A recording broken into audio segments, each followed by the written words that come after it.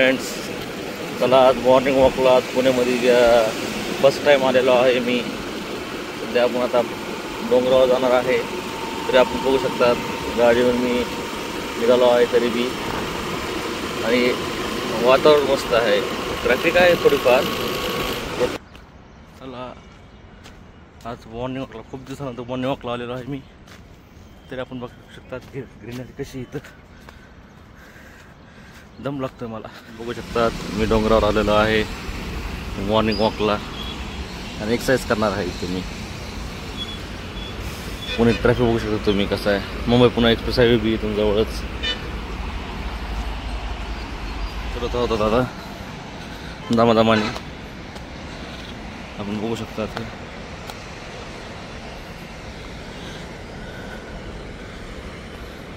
View मस्त आहे.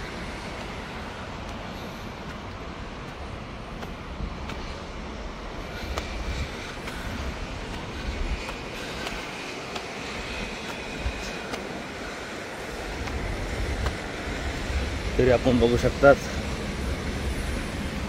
आज फर्स्ट टाइम आहे. इथून तुम्ही व्ह्यू बघू शकतात पुण्याचं.